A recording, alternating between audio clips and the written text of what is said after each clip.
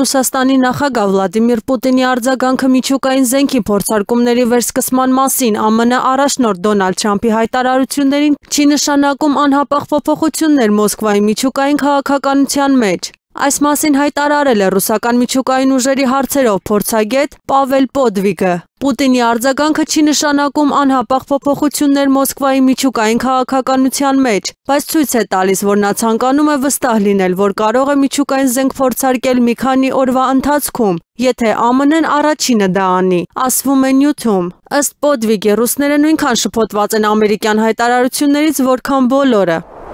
ԱՄՆ-ն հայտարարել է նոր դարաշրջանի սկիզբ ԱՊՀ անդամ երկրների հետ հարաբերություններում, խոստանալով Կենտրոնական Ասիայի պետություններին ավելի մեծ ուշադրություն, քան երբևէ։ Այս մասին են վկայում ամերիկյան վարչակազմի ներկայացուցիչների խոսքերը 5 երկրների՝ Ուզբեկստանի, Ղազախստանի, Ղրղստանի, Տաջիկստանի և Թուրքմենստանի պատվիրակությունների մասնակցությամբ կայացած հանդիպման ընթացքում։ ԱՄՆ նախագահի հատուկ ներկայացուցիչը հարավային և կենտրոնական Ասիայի հարցերով Սերժո Գորը հայտարարել է, որ այժմ Կենտրոնական Ասիայի երկրներն ունեն ուղիղ կապ Սպիտակ տան հետ։ Դուք ստանալու եք այն ուշադրությունը, որին իսկապես արժանի եք, ընդգծել է ներկայացուցիչը։ Իր հերթին ԱՄՆ պետքարտուղար Մարկո Ռուբիոն ներկայփուլը կոչել է նոր դարաշրջան ԱՄՆ-ի և Կենտրոնական Ասիայի պետությունների հարաբերություններում։ Նրա խոսքով ներկայում Միացյալ Նահանգների շահերը համընկնում են Միջին ասիական գործընկերների շահերի հետ, ուստի անհրաժեշտ է խորացնել հարաբերությունները։ Մեր կողմից մենք փնտրում ենք հնարավորություններ, որպեսզի ամերիկյան նորարարությունները, բիզնեսը և արտադրանքը դուրս գան նոր շուկաներ, քանի որ դա ամրապնդում է երկրների միջև կապերը, իսկ ձեր կողմից դուք ցանկանում եք օգտագործել Աստծո կողմից տրված մարդկային և բնական ներուժը, տնտեսությունը դիվերսիֆիկացնելու համար, չլինելով միայն հումքի կամ էներգիայի աղբյուր, այլ զարգացնելով նոր ճյուղեր և ստեղծելով երկարաժամկետ հնարավորություններ ձեր քաղաքացիների համար, նշել է Ռուբիոն։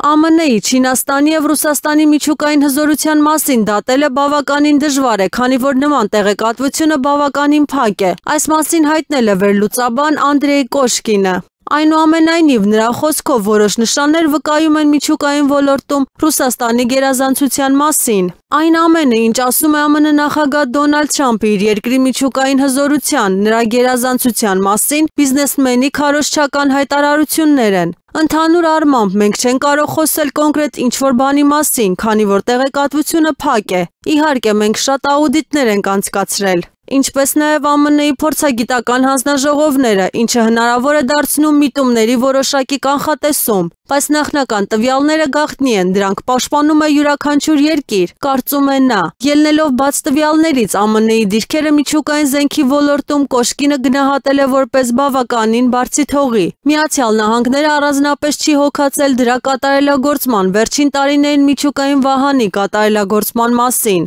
Այժմ նրանք պատրաստվում են ներդրումներ կատարել արդիականացման մեջ։ Նրանք հպարտանում են Մինիթմեն հրթիռով, բայց այն ծառայության մեջ է 1970 թվականից։ Իհարկե, այն արդիականացվում է, բայց բարոյապես հնացած է։ Ամենայն հավանականությամբ Ռուսաստանի գերազանցությունը միջուկային հզորության մեջ այնուամենայնիվ վառ արտահայտված է, հատկապես առաքման միջոցներում, եզրափակել է Կոշկինը։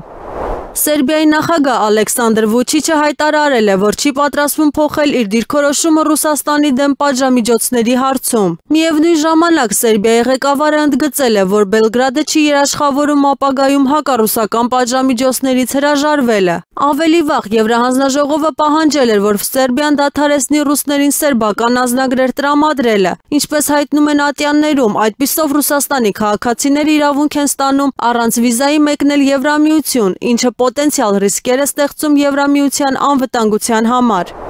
ԱՄՆ նախագահ Դոնալդ Թրամփի վարչակազմը հայտարարել է, որ չի ծրագրում հարվածներ հասցնել Վենեսուելայի տարածքին և չունի իրավական հիմքեր նման գործողությունների համար։ Այս մասին հայտնել է CNN News-ը, հղում անելով աղբյուրներին։ Գաղտնի նիստի ընթացքում օրենսդիրներին տեղեկացվել է, որ Ամերիկայի արդարադատության նախարարության իրավական խորհրդատուի կարծիքը թույլ չի տալիս հարվածներ հասցնել հենց Վենեսուելայի տարածքին կամ այլ որևէ տարածքի, ասվում է հաղորդման մեջ։ Միևնույն ժամանակ նշվում է, որ Սպիտակ տունը ցանկանում է արդարադատության նախարարությունից նոր կարծիք ստանալ, որը թույլ կտա հարվածներ հասցնել ցամաքային նպատակակետերին առանց ԱՄՆ կոնգրեսի թույլտվության։ Արդյունքը, որը այսօր ճիշտ է, վաղը կարող է փոփոխվել, ասել է ամերիկացի պաշտոնյան անանունության պայմանով, մեկնաբանելով Թրամփի վարչակազմի ներկա դիրքորոշումը Վենեսուելայի վերաբերյալ։ Նախկինում New York Times-ը հայտնել էր, որ Թրամփի վարչակազմը դիտարկում է 3 հնարավոր ռազմական գործողությունների սցենար Վենեսուելայի դեմ,